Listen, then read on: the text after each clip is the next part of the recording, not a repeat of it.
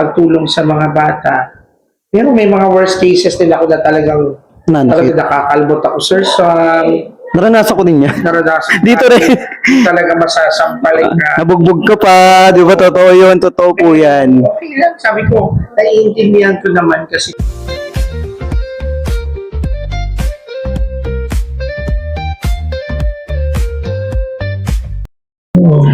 Hello everyone! Welcome to my vlog and ipyok pa. So nandito po tayo, kasama po natin ang nag-iisa, ang Diyosa na galing sa ilalim ng lupa. So what Phil? Hello everyone! Kamusta ka naman, sir? So far, emotionally struggling. Why? What's happening? Gusto mo bang malaman? Yes, ano? Wag lang yan, networking ah. Networking. Oh, go. Open-minded ka ba ganun?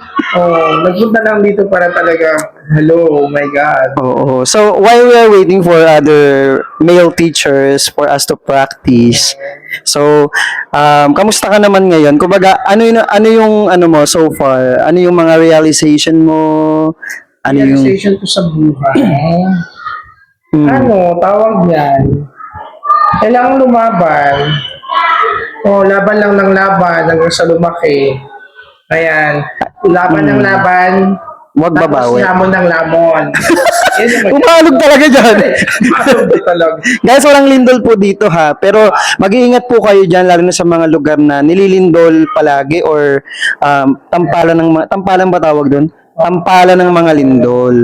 Masakit yun kasi parang inaano niya in reality na ako yun. Hindi. Kasi yung paggalaw nito, ayan gumaganyan So Sir Phil, kung hindi niyo po na itatanong guys, si Sir Phil po ay isa sa mga pioneer dito sa school na pioneer sa sa SNED department or Special Needs Education Department. Kasi dati dito sa school na to, wala pang SPED, no? Pero isa ka sa talagang nag-push through para magkaroon ng SPED. Nag-start ang SNED 2005. Then dumating ako after Ma'am Joy, that was 2010. So doon namin siya binuo yung SPED para maging center. Ayan, by the way guys, SNED or SPED teachers po kami. Ayan. So si Sir Phil ang pinakaluma, yung pioneer. Ayan. So syempre kung di na push through yung pagkakaroon ng SPED department dito sa school na to, walang mga ibang mga bata na matutulungan, no? Kami makikater ng mga bata. Yes. Lalo na ngayon, marami na ngayon kasi, no? Sobra. Dati kasi parang medyo kukunti pa lang yung mga na nabibigyan or na tawag yan, parang aanuhan ng condition, no? Oo. Pero ngayon sobrang dumadami kasi meron naman tayong mga tinatawag na digital autism. Ayan, so yun yung mga natatandaan pagdating sa mga gadgets. So doon sila nakakakuha din ng mga frolic behaviors na unlikely sa atin, sa mga normal talaga ng mga kids. Diba? So hindi siya nagiging maayos. Actually, isa sa mga nakaka-proud guys kay Sir Rodfield kasi he is not really a SPED major, diba? Pero what makes you inspired to be a special education teacher? Actually, nung that time na nandun ako sa private school, meron kasi isang bata talaga akong nakita na meron siya talagang condition. So, autism siya, meron siyang spectrum ng pagiging autism. So that time, parang ako na mismo yung nagsabi sa parent na pwede ko ba siyang i-tutor. Then tapos, actually sobrang saya ng parent na makitang nabibigyan ng pagpapahalaga yung bata nila kasi sa lahat ng mga naging teacher doon sa private, ako yung nag-offer ng help ko para matulungan yung bata. Pero I don't have any idea with regards sa kung paano aayusin yung behavior ng bata. Pero doon ko siya na-realize na by heart mo lang talaga siya kailangang tutukan. Then eventually naging maayos yung bata, mahalin mo lang siya. yung iparamdam mo lang sa talaga sa kanya. Yung papasok ka sa mundo niya. Yes. Yes, pasukin mo lang yung mundo nila, then tapos, doon mo makikita talaga kung gaano kanila din talaga bibigyan ng Pagmamahal. pagmamahal, pagpapahalaga. So, sobra ako talagang grateful na napunta ako dito sa SPED department. Kasi ramdam kasi ng mga bata na mas nakakaramdam po sila guys na kung mahal sila ng teacher or kung sino man yung mga tao na nakasurround sa kanila eh. So kung nararamdaman nila na ay hindi ako mahal nito, alam nila kasi kung plastic yung pinapakita mo or totoo yung pagmamahal na pinaparamdam mo sa kanila. No? Ganun sila sa pakiramdam nila eh. Though limited yung kanilang socialization madalas, 'di ba? A lot of Pero you know what, Sir Sam, parang I made to realize na ang pagiging isang SPED teacher, hindi siya ganun kadali. yes, ang You hirap. have to put forth an extra effort para mabigyan mo sila, eventually mabigyan mo sila ng, kumbaga, ipakita mo yung full potential na meron sila. Kasi sobrang hirap, kailangan mong lawakan yung pag-intindi mo, hindi ka pwedeng, kumbaga, tapusin mo agad or yung Bara-bara. ayaw mo na, ititigil ko na to. Kasi makikita mo talaga yung bata na kailangan talaga ng needs. Yes. Kailangan talaga ng bigyan ng pagpapahalaga. So, kami din, proud ako na meron kaming bata dito that was 2 years ago or 3 years ago. Salutatorian siya, right? Yes, sino ba si I forget the name. DJ? DJ. Ayun, si DJ. So si DJ, siya ay salutatorian na siya yung nag-speak in front of a lot of people Yes. doon. And as far as I know, si DJ isa sa nag-aaral ngayon sa isa sa sikat na paaralan dito sa Quezon City, no? Pero QSI ata siya. QSI, oo. Isa sa yan eh. Talagang pangmalakasan din eh, di ba? Kasi ang talino niya, galing niya sa math. So, Yes. ayan, since we are talking about some of your experiences sa pagtuturo ng SPED. Sa ilang taon mong pagtuturo ng SPED, ano yung isa sa pinaka-worst na experience mo at paano mo siya na-handle? Yeah, sa bata. Oo. Actually, pagdating sa bata kasi, okay na yun eh. Kumbaga, naiintindihan din natin sila na talagang yun yung naging condition. Ang naging worst experience ko lang is yung sa mga magulang. Yung mga magulang na hindi naiintindihan yung tawag yan, yung nagiging condition ng mga anak nila. Minsan talaga kasi sila eh, tawag yan? In denial. In denial, yeah, exactly, that's the term. In denial. So,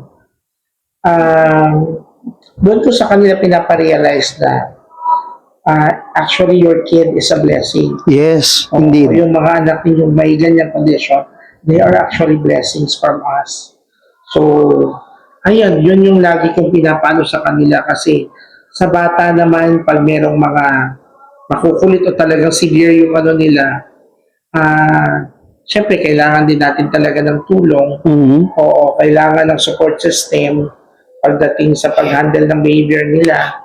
So, nandyan yung parents, so kailangan sila yung nagiging natin, katuwang pagdating Yes. sa pagtulong sa mga bata. Pero may mga worst cases din ako na talagang nakakalbot ako, Sir Sam. Naranasan ko din yan. Naranasan Dito natin, rin. talaga masasampalin ka. Nabugbog ka pa, di ba? Totoo yun, totoo po yan. Okay lang, sabi ko, naiintindihan ko naman kasi talagang ganon sila talaga, yung galit nila talagang doon nila na ilalabas. Yes. Oo, kasi hindi naman nila naiintindihan yung mga tawag yan, yung galit na meron sila na ilalabas nila towards sa atin. Diba? As long as we love what we do talaga. Kaya talaga, Kakayanin natin. oo, Sakripisyo lang, no? intindihin lang talaga natin sila and pagdating ng panahon naman yan, actually pag talagang sobrang close ka sa kanila, hindi ka kakalimutan ng mga yan. Oo. Sila pa yung mas hindi nakakalimot kumpara sa sa mga regular. Sa totoo lang. Sir Sam, natutuwa din ako that was August. This August lang na tumawag sa akin yung mga former students ko. Then may isang tumawag na sabi niya, Sir Rod, kamusta ka na? Sabi niya, ano na ako, tawag yan college na ako. Wow. Sabi ko, anong kinuha mo? Sabi niya, HRM ako. Oh, nakaka-proud, di ba? Sabi ko, wow, talaga. Sabi ko, nakakatuwa ka naman. Sabi ko, one day ha, pag once pumunta ka sa school, sabi ko, lutuan mo ako ng mga talagang niluluto nyo dyan or yung binibake nyo para matikpan naman namin ng mga teachers. O, di ba? Nakaka-proud kasi yung ganyan eh, di ba? So, alam naman natin kasi, di ba, aside sa ibang parents na they are very in denial, may mga parents din naman talaga na ini-embrace nila eh, no? But, sometimes, nagiging problem pa rin natin yung ibang mga parents, no? Dahil siguro miscommunication or sometimes, parang, siyempre, di rin natin alam yung pinagdadaanan nila sa bahay. Or, sometimes naman, di sila nagkakaroon ng time kahit na alam nila na kailangan ng suporta ng mga bata from them. Diba? So, anong may papayo mo sa mga parents na, na mayroong anak na may mga, special needs? Actually, lagi ko talagang pinapaintindi sa kanila na hindi madali talagang magkaroon ng ganyang anak, ng ganyang condition ng mga anak. Pero ang pinaka-importante talaga is kung paano nyo sila intindihin, kung paano nyo lawakan yung pasensya ninyo. Kasi may mga oras talaga na alam ko most of my parents are working. Yes. So hindi nila talaga nabibigyan ng sobrang napakahabang oras yung anak nila. Pero sabi ko kahit pa paano, gawa natin siya ng isang program na in which involved pa rin po kayo doon. Yes. Oo, hindi natin pwedeng kalimutan na ay part pala ako ng support na para sa bata. Yes. Kumbaga, nakakalimutan dyan na oo nga, ganito pala dapat.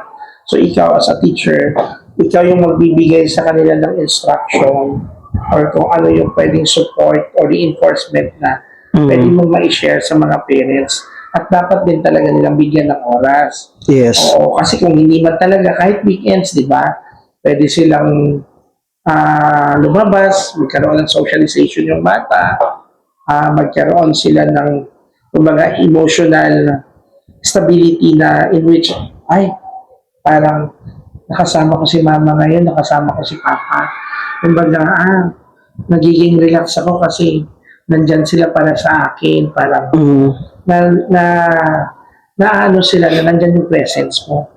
Yung emotional presence ng mga magulang, importante talaga yun. So, yun lang, be patient. Huwag natin kalimutan na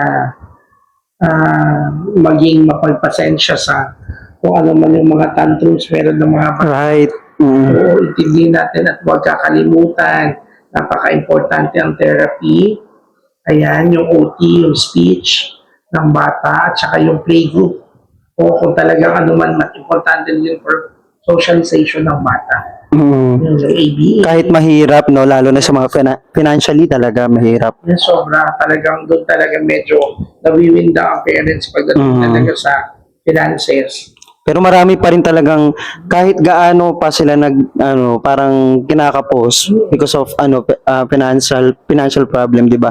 Talagang ginagawa pa rin nila yung best nila. Nakakatawa yung mga ganung parents, no? Ako talaga natutuwa din talaga ako kasi most of my parents talaga are kumbaga able to they have their guts. responsibility or They have the means to support the kids. yung mga bata nila.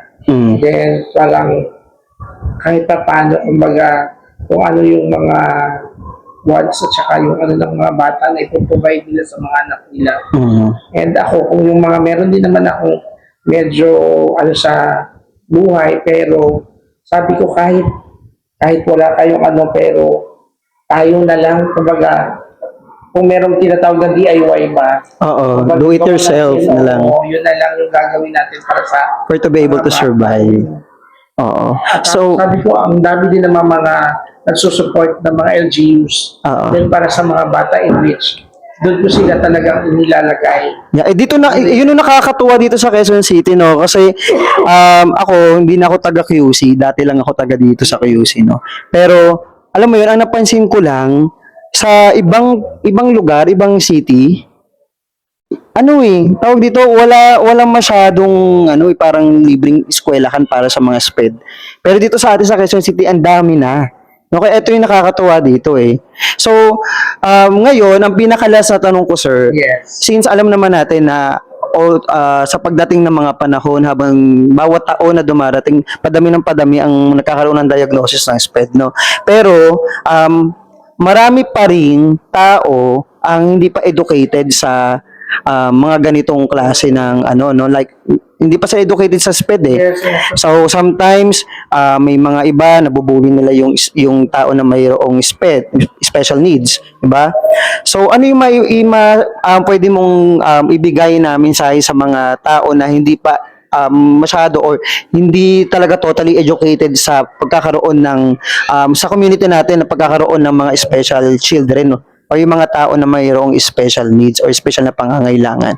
Anong pwede mong sa kanila para maging educated naman sila kahit papaano?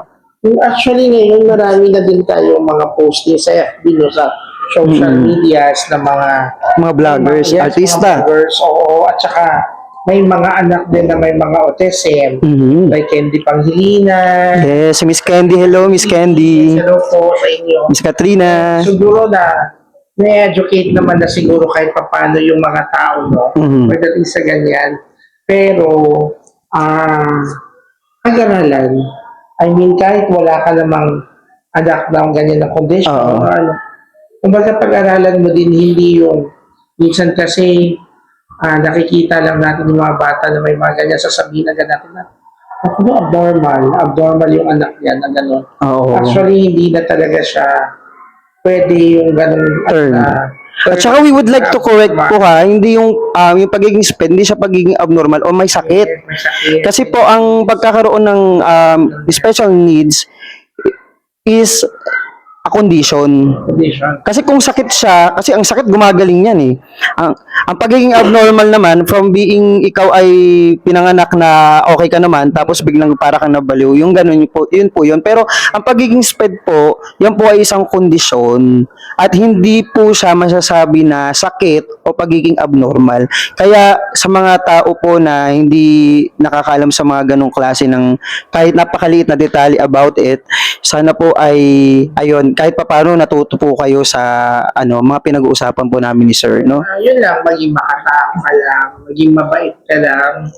Oo, pag may mga nakikita kayo na biglang nagwawala na lang, kumari sa mga transportation, yung mga sasakyan, sa mga jeep na nagwawala yung bata.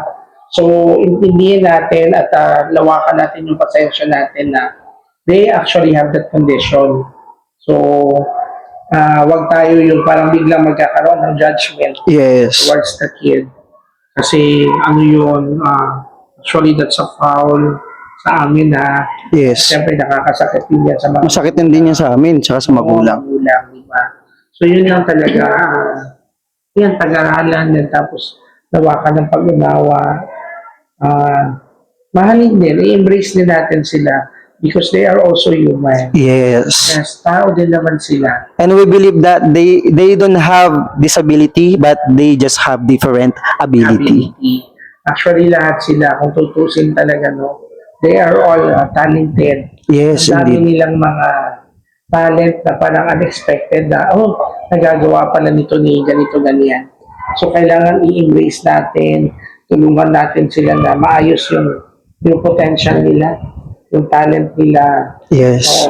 I-embrace natin kung ano yung kakulangan nila para at least ma-feel din nila they belong to the society, to the community. Ayan, grabe, napakasaya ng usapan natin, Sir Rod, no? Actually, minsan lang talaga din tayo ganitong pagkakataon na nag-uusap about sa mga bata. Ayan. Busy din talaga. Yes, maraming salamat, Sir Rodfield. At sana po marami po kayo natutunan sa vlog na ito ngayon. Pag-uusap namin ni Sir Rodfield. Ayan, guys, ay maraming salamat sa inyo. At sana po ay patuloy niyo suportahan ang mga vlogs or mga video namin po, no? So, and at the same time po, don't forget to subscribe and click the notification bell para laging updated sa aking YouTube channel. Yeah. And of course, you can also share this video and spread positivity, wag lang sa COVID, no? Positivity in life. Ayan. Maging masaya lang tayo palagi at sana ay pagpalain lagi tayo ng ating Panginoon. Once again, this is Sam Ador. Ayan. Maraming salamat. And Sir Rodville, thank you so much! Yes, thank you. Bye-bye!